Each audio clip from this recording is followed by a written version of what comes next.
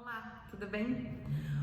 Bom, gente, hoje a gente vai falar um pouquinho desses novos projetos de lei sobre insalubridade. Muita gente tem me perguntado sobre isso, dos serviços essenciais, como está funcionando as insalubridades e tal.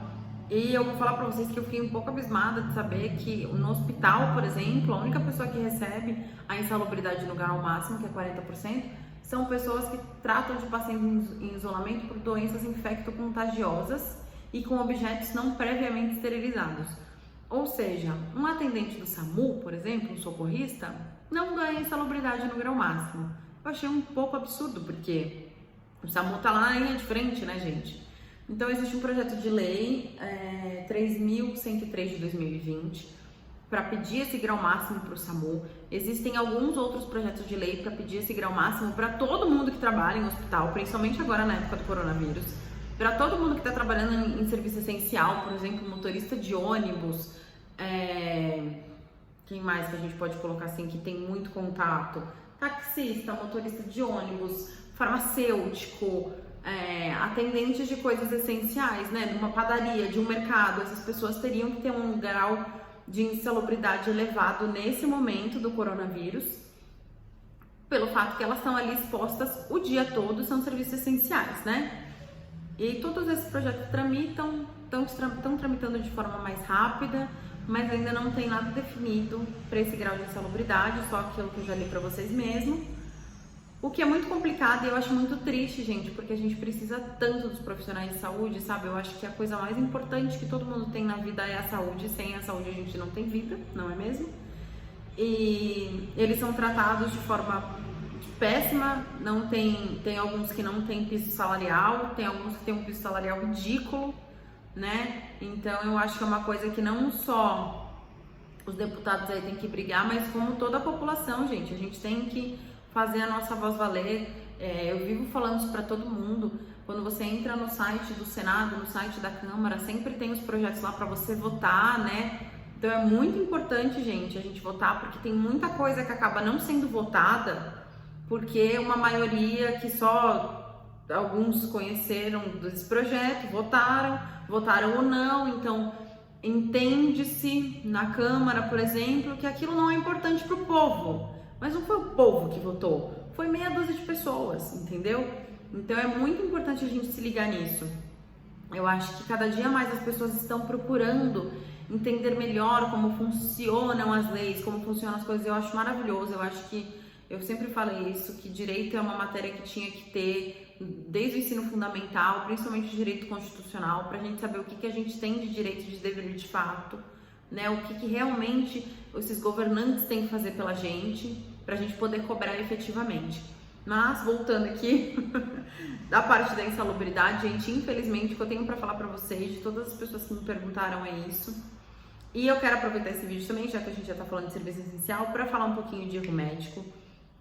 Muitas pessoas vieram falar para mim de casos, por exemplo, a pessoa não foi diagnosticada com Covid porque deu um falso negativo, mas a pessoa estava e ela veio a falecer.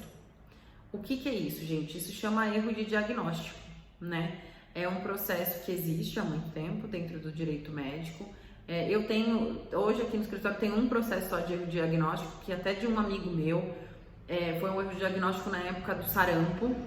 Ele passou diversos médicos, gente. Ele deve ter infectado diversas pessoas, porque ele foi no médico, o médico falou que ele não tinha, ele foi 2, 3 vezes no hospital com vários sintomas de sarampo, e a pessoa disse que ele não tinha, não dava atestado, ele tinha que trabalhar, porque a gente sabe como funciona, gente. Se você não tem atestado, não for trabalhar, você é demitido, e as pessoas não estão podendo se dar ao luxo de ser demitidas.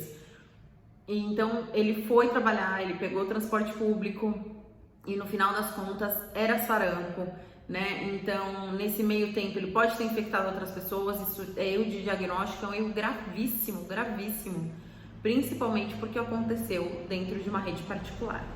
Não que o SUS não tenha que ter a mesma responsabilidade, gente, claro que tem que ter. Só que quando você paga por um serviço, como a gente paga num plano particular, que a gente sabe quão caro é muito inaceitável isso acontecer. No SUS, infelizmente, a gente sabe como o SUS é sucateado, como o governo não cuida, como a gente tem poucos médicos, poucos enfermeiros, não tem todos os exames, não tem diversas coisas. Na rede particular não é assim. Então, por isso que a gente entrou com esse processo de erro de diagnóstico. E quem teve esse problema da Covid tem que entrar também. Por quê, gente? Porque a pessoa pode ter falecido, ela pode ter infectado outra pessoa que faleceu, e isso foi um erro médico. Eu entendo que os médicos estão com a capacidade aqui no máximo, mas existe o falso positivo, mas todo mundo sabe disso, tem o falso positivo, tem o falso negativo, existem 2 exames que você faz, não é um exame só, todo mundo tem que fazer 15 dias depois. E quando você vai numa rede particular, você paga por isso, né? Nesse caso, essa pessoa que me procurou, por exemplo, pagou o exame e deu errado e aconteceu tudo isso e a pessoa faleceu, é um completo absurdo, não é uma coisa que pode passar em branco, e isso é uma responsabilização que sim, o hospital, a clínica que atendeu, que fez exame, tem que ter essa responsabilização, gente. Então, aqui, quem já acompanha os vídeos sabe, eu sou especialista em direito médico e o que precisar, a gente tá aqui, eu espero que não precise, né, porque a gente não quer atender, uma coisa a gente atender um erro médico, a gente sabe que ninguém que vem procurar aqui é porque tá feliz com alguma coisa, né, gente? Mas porque uma pessoa morreu, infectou outras pessoas, é uma coisa muito triste de ver.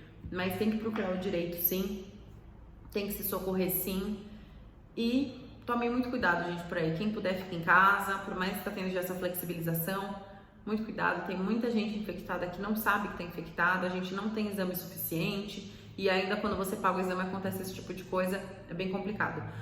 Mas estamos por aqui, o que precisarem, o que tiverem de dúvidas, é só chamar.